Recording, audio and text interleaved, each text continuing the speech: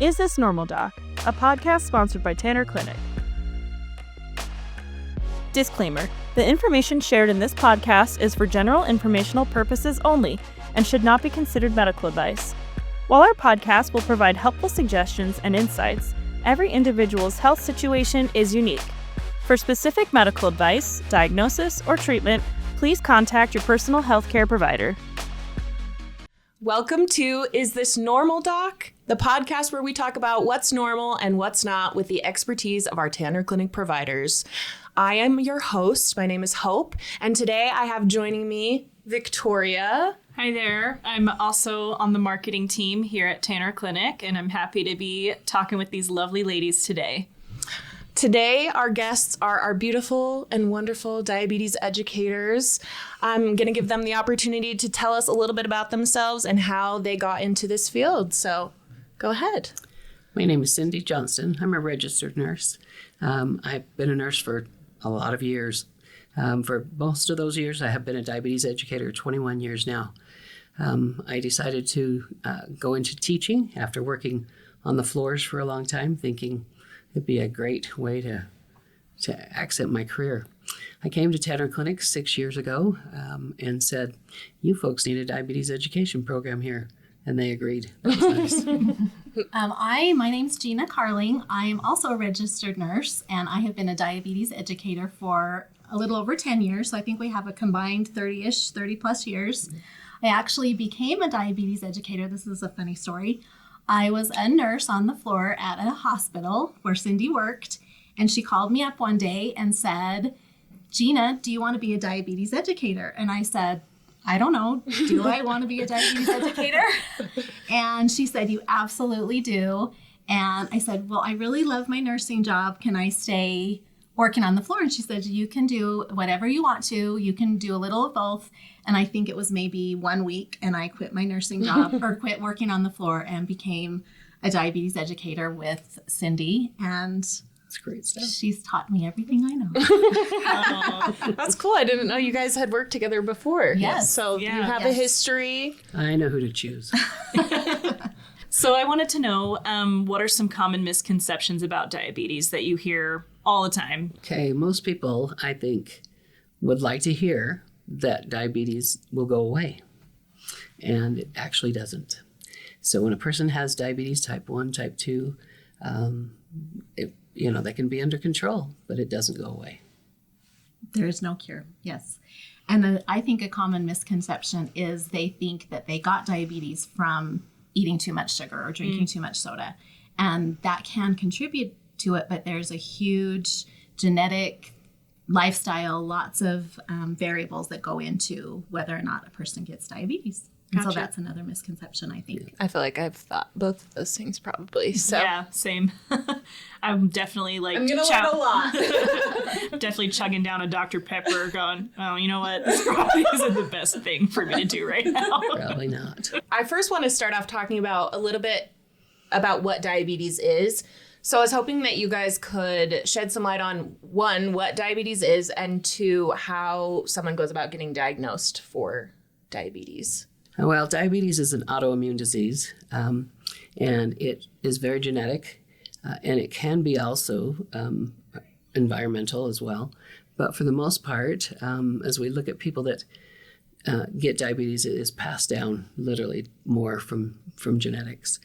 It is type 2 is insulin resistance, and actually all adults have some insulin resistance. People with diabetes, of course, have more, and people with type 1 have where they have actually no insulin production at all. So then they have to take insulin by injection. How it's diagnosed is mainly done by a blood test. When you're pregnant, it's diagnosed. Gestational diabetes is diagnosed through a glucose tolerance test. But the main way that diabetes is diagnosed is through a blood test, and it's called a hemoglobin A1C test.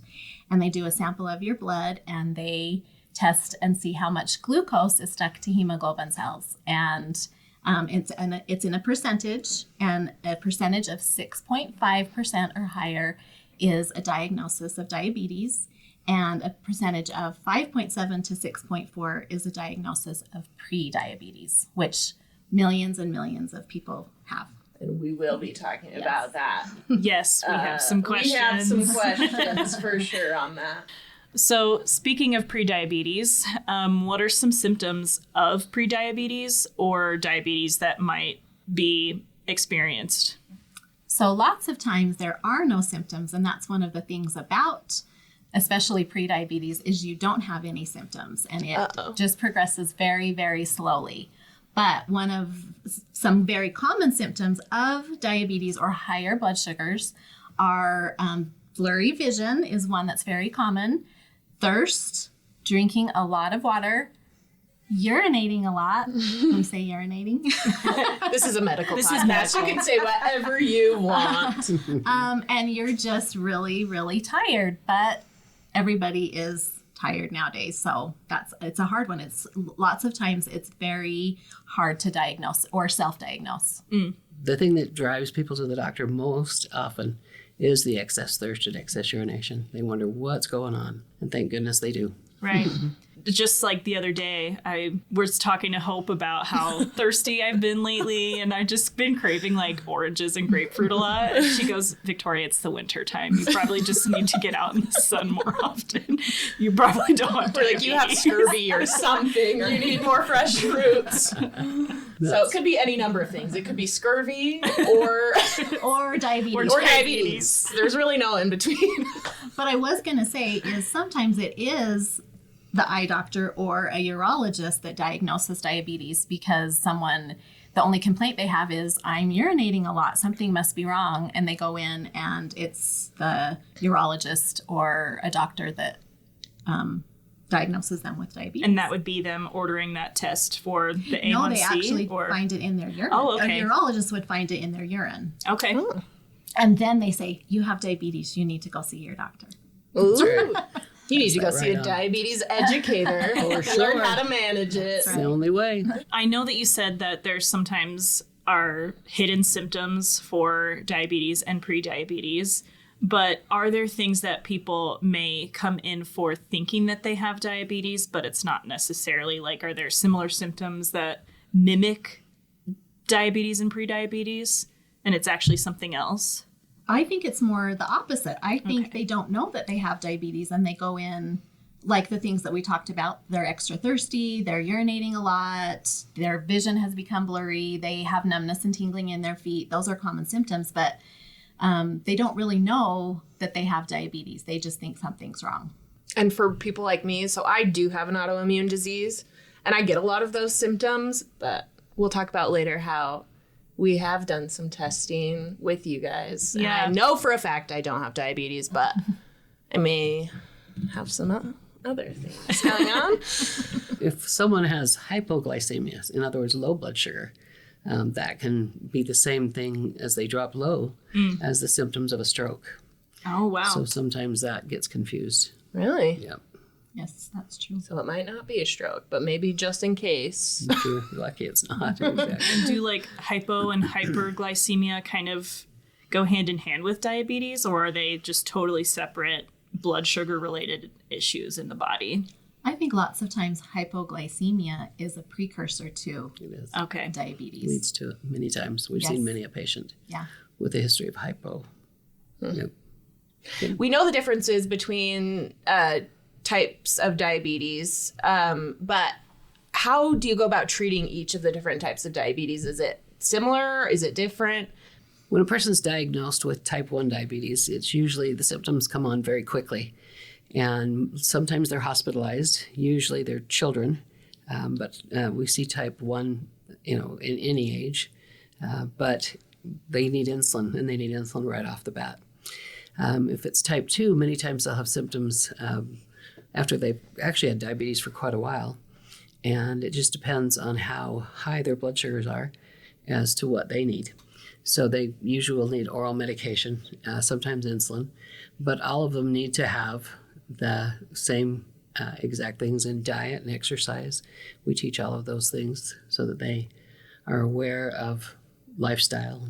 Eating healthier, being more active. Those are huge ways to treat all kinds of diabetes. Yeah.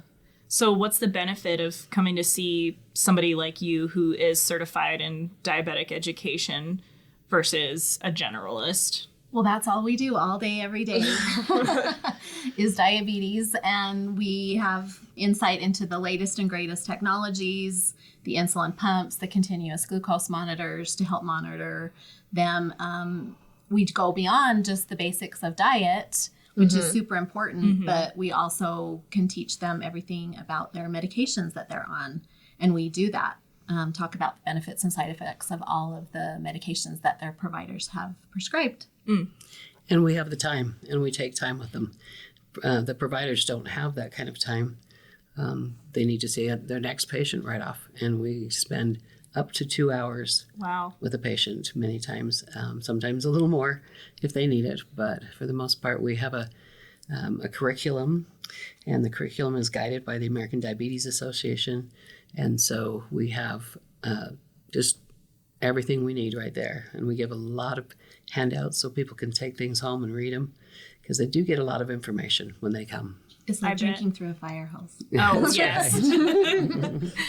A lot of information all at once, I bet, especially if it's a new diagnosis. And it often is. Like, it's not I'm sure always... it's very overwhelming, too, to have to change your lifestyle to manage it. And yeah. so... And we're very accessible to them because we know it is overwhelming and can be overwhelming at first. And so we are very accessible to them, that they can reach out to us.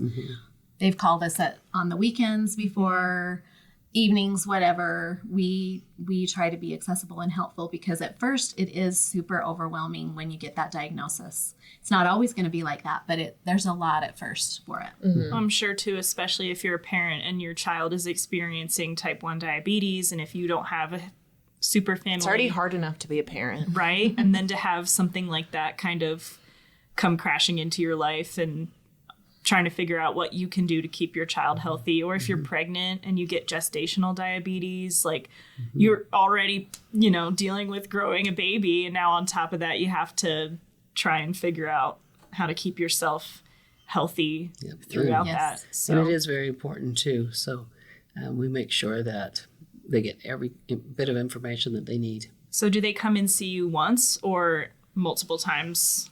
Depends on just a person. Depends on the needs of the patient. Yeah. We assess that when they come. Okay. Do you make a treatment plan for them? And they decide, and sometimes they say, I need to come see you. And sometimes it's 6 months later that they come back to see us. And sometimes it's a week and 2 weeks. It's just totally the needs of them, what they need. So I actually am curious to know what can happen if someone doesn't get their diabetes treated, or like they don't find out about it soon enough. You said type 1 diabetes can lead to hospitalization. Hospitalization, that's a hard word, apparently, for me. But do you have any extreme cases of patients that have not had their diabetes? Lots of extreme cases. And I think that's something that we talk about at the very first, is you don't have any complications now. We want to keep it that way. Yeah. But the complications for high blood sugars are vascular in nature. And we want to keep those vessels strong and healthy and pliable. And over time, when you have high blood sugars, your vessels do not stay that way. You start to get vascular damage. Yep. So the number one complication of diabetes is actually heart attack.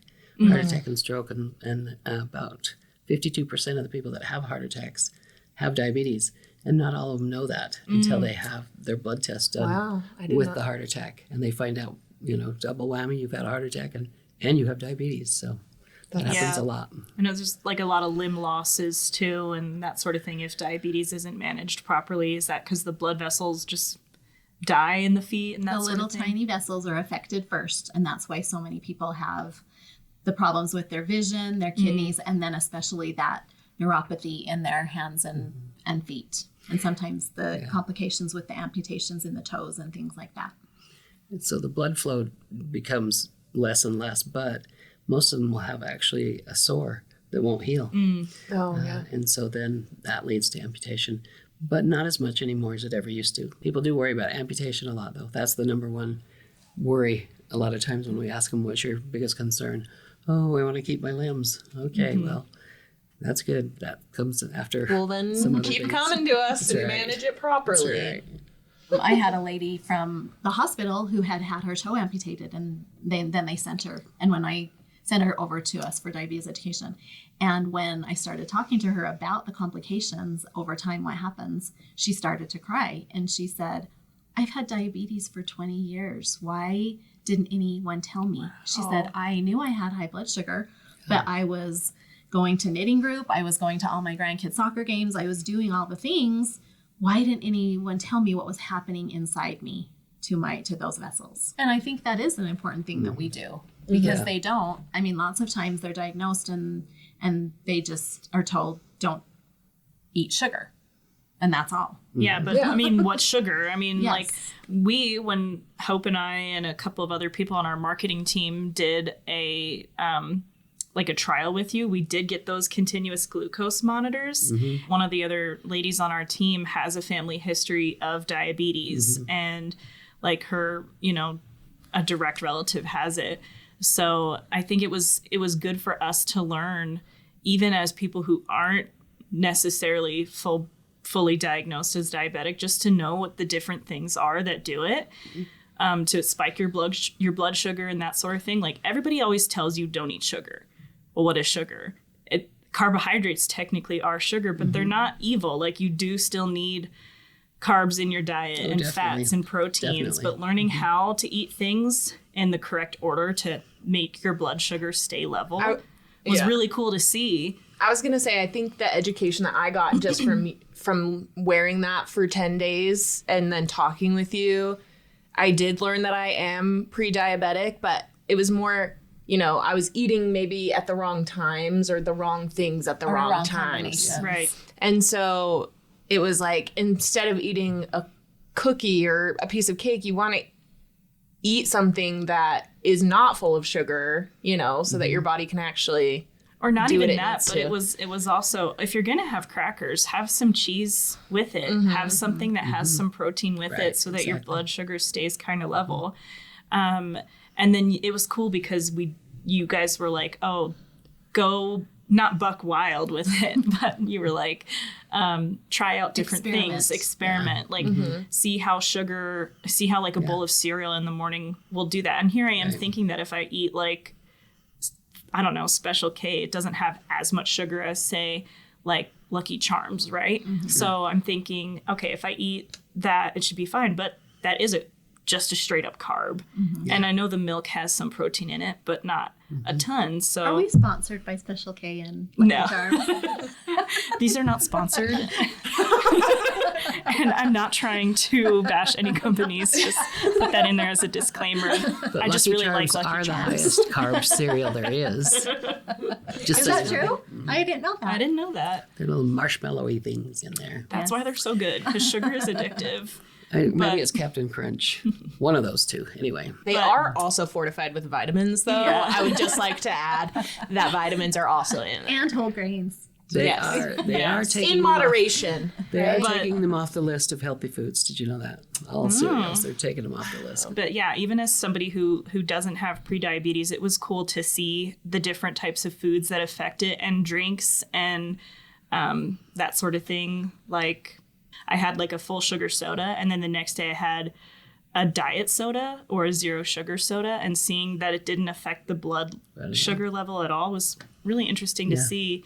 Eye-opening. And I know I have family members that have diabetes, and I always was curious as a kid, why do they drink diet soda? Like, it tastes so bad. But I realized that that's what they need to do to keep their levels at the same rate. But speaking of those things, what kind of tools can diabetic educators use to help their patients monitor their diabetes? Is it medication? Is it those continuous glucose monitors? Is it pricking your finger? Like, what kind of things do you use to help? All of that. All of the above. Yep. The 4 ways to manage diabetes are diet, exercise, medications, and monitoring. Those are the 4 cornerstones. Right. And that's what we base all of our education on, is the 4 main things of care for your diabetes. There's more things to that, for sure, but we do that the most. We talk about that the most. And monitoring is super important, whether it is pricking your finger with it using a glucometer or the newer continuous glucose monitors, which we absolutely love and which you guys got the opportunity to try. And we do almost on every patient, we put a continuous glucose monitor on them, just to let them experience what you guys experienced. It's an eye-opener. We've had patients really comment on that when they come back and say, I had no idea, how this would affect. And now they do. People will react different to different foods, so it's good to know. That was very eye-opening for me. I think one of the major things I took from that too was for me is like the portion sizes too. Oh, yeah. Because you told me about someone that you knew that had made like a healthy meal, but they had just eaten way too much of it so that their blood sugar spiked. And I feel like just being an American and living in this country, like we know our portion sizes are insane. And it's not about necessarily restricting so much of the foods. It's just how much of each you're eating and eating it in moderation, which I think we say there's nothing you can't eat. It's just how much you're eating of it and what you're combining with it and how often you're eating like chicken, rice, and a veggie is a very, quote, healthy meal. But if you have like your plate is mostly rice and it's white rice, right? That's what you guys were saying, that you could see that would spike blood sugar levels. And they have a protein with it, that chicken, but the rice is just so full of those carbs that's what would spike. And it could. So one of the things that I'm loving about this is hearing you say all that you said. Yeah, and because it makes me feel really good that you remembered all this. Yeah, I learned all that. Our teaching was effective. And it's been a few months since we went and did that continuous glucose monitor thing, but it was so cool to see really those. was. And I feel like I've made some diet changes since. Like the other day, I really wanted to have watermelon, but I know you guys mentioned that that's one of the higher sugar fruits. So I made sure that I had like my actual lunch before I had my fruit. And then I did not feel that spike in blood sugar. It's a difference. So it's really interesting to see. Yeah. And I think a lot of people can benefit from that. So do they keep their continuous glucose monitors on forever when they come and see you? Is it just Very dependent on good insurance question. or something? There's a whole bunch of continuous glucose monitors out on the market. We absolutely love all of them. It doesn't matter which one you use. But usually the trial we get is just a short period of time, 10 days to 2 weeks. And then it depends on their provider writing a prescription, whether or not, and their insurance coverage. Sometimes people just pay out of pocket and they will just wear it intermittently throughout the year. We have lots of patients that do that if their insurance doesn't cover it. And it is quite affordable that way, actually. Lots of insurances and more insurances are covering continuous glucose monitor. Which is wise for them to do. It's very, very easy for people to stop monitoring their blood sugar with the finger sticks. And then they have no idea where they're at until they're really high, and then they figure it out. And the next thing you know, they're in trouble. So we've talked a little bit about how we found out about, how I found out about my prediabetes diagnosis. But for the people listening and watching, can you just explain what prediabetes is? Prediabetes is an actual, if you want to get a diagnosis of it, it's an hemoglobin A1C of 5.7 to 6.4. And lots of times you have no idea that you have prediabetes, but there are ways, and really it's just a warning. It's a warning that you're starting to have insulin resistance, but it's not enough to cause complications. And that's the important thing to remember. Or it's kind of like a yellow light. It's a yellow light. You're not in the red danger zone yet. There's two types of people in this world. Those that go through yellow lights and those that stop at them. Yes, prediabetes is a great warning thing for people if they're diagnosed at the right time. The problem is there's millions of people walking around with prediabetes that have no idea they have it. And if they don't make some changes, diet, exercise, etc., they will become diabetic. The reason why we say that people that have diabetes and they have it forever is because the amount of insulin resistance it takes for a person to go over the A1C of 6.5. Once you're there, your body has that much insulin resistance. Even if you do great things and you go under 6.5, that doesn't mean it goes away. But with prediabetes, yes, it does, because the numbers are just enough to say you don't have as much insulin resistance. So if you do a few things and reverse it, you can reverse it all the way. Does that mean you can go back to the lifestyle you were living with, whatever you're doing before? No, you can't. You got to stay vigilant in your diet and so forth. People recognize that and do very well.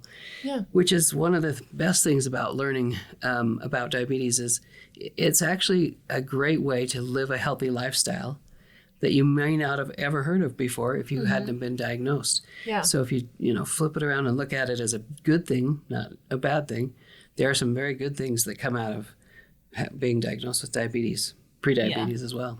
Yep. And even our moms that have gestational diabetes, which goes away after pregnancy in almost every case, they're all really upset and sad when they come to see us. And we just say, you know what, this is what you have. It's just extra insulin resistance while you're pregnant. But it's actually a blessing that you came here because you're going to learn these life skills that will help you yourself, hopefully preventing getting type 2 later in life, but also with your family. Just a healthy lifestyle of being more active and eating more whole and natural and healthier foods. Yeah. How long does it typically take somebody to find their pre-diabetes diagnosis and then eat and exercise in order to get rid of it? Does it take weeks, months? Like how long? It can It's vary. very individual, just like everything in life. It's very individual. Some people, sometimes all they do is stop drinking Coke. Yeah. We're not sponsored. But Sugared sometimes, soda. yeah, sometimes it's just they take soda out of Sugared their life. cola. Sometimes they start an exercise program and just eat smaller portions, or they don't have a dessert every day. Everyone is individual, and sometimes it takes a long time, but sometimes it's quick depending on 3 lifestyle months. changes that they make. Right. Yeah. So is it something like I know that these GLP-1 injectors are super hot topic lately. They are used to treat diabetes. Is that also beneficial for somebody who's pre-diabetic to be on, especially if they're overweight and looking to lose weight? Or what do you feel as diabetic educators about it? Well, the American Diabetes Association does recommend that if you are diagnosed with prediabetes, that you're on metformin. They don't have a recommendation for GLP-1s, but common sense would say, yeah, it's probably a good idea. That's helpful to hear. Because we just did that. We just did a podcast about weight loss, and a big topic right now with weight loss is the GLP-1. like the Ozempics out Yes, and we talked about that and a little bit about diabetes and things like that. But it's good to hear from a diabetes educator too that not only is it beneficial for weight loss, but for someone who is experiencing pre-diabetes, it's something helpful that they can do as well. You mentioned the word we're diabetes educators, but I think that's the important thing with a GLP-1 or metformin or any diagnosis that you get, any medication that you take, is to be educated on it. Find out what are the benefits, what are the side effects. Don't just blatantly start something that's recommended to you per se, but Yeah, especially if you're taking other medications, like how do they interact and that sort of thing. So And we teach all of that. that's great. Yep. yeah. Do you guys have anything else that you want our listeners to know about diabetes, prediabetes, gestational diabetes, anything like that? Well, I think when you look at it as a huge picture, there's a fair amount of things that people absolutely don't know. And one of the things that they do that is the worst they can do is turn to the internet. There's so many false things on the internet. So many, eat this food, it'll cure it, on and on and on. So be informed. It's most important that you find out everything that you can possibly find out that is correct. And that's why you come for diabetes education. Go to the works right really well. source. Yep, exactly. Especially because it's different for each person too. I think on the internet recently, one of my favorite misconceptions I read was that if you drink green tea multiple times a day, now not knocking green tea, I love it, tastes great, but I saw something that said it will make you lose weight and it's nature's Ozempic. I was like, that's not true. Like there is no such thing as a nature's. People are always trying to find that hack or that thing that magic. But there's no hack to your health. You just need to speak with providers and people that are our subject experts like yourselves in that. So, And I would just say in closing that Cindy and I are absolutely passionate about diabetes education. We love our jobs. We love being able to help people, and that's what we do. all day, every day at our job. We do feel like we go the extra mile Yeah. for people. I definitely see that from you guys, especially saying, some patients need 2 hours and we're willing to take that time with them. I feel like that's a big comfort to people. Yeah. I just want to thank you guys so much for coming and educating us a little bit more on diabetes and managing it and pre-diabetes and getting ahead of that.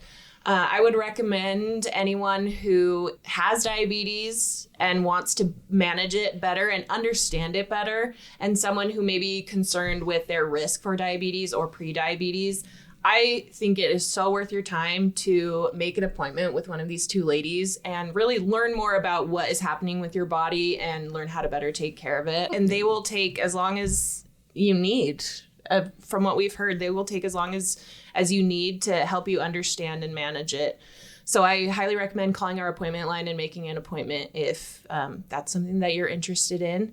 And thanks again for coming on. Thank you. Guys. If you have any burning questions about what is normal or maybe not normal, be sure to keep following us on social media, and we frequently post things to our Instagram story asking for your burning questions for different health topics. So be sure to follow, and you can continue to see content like this.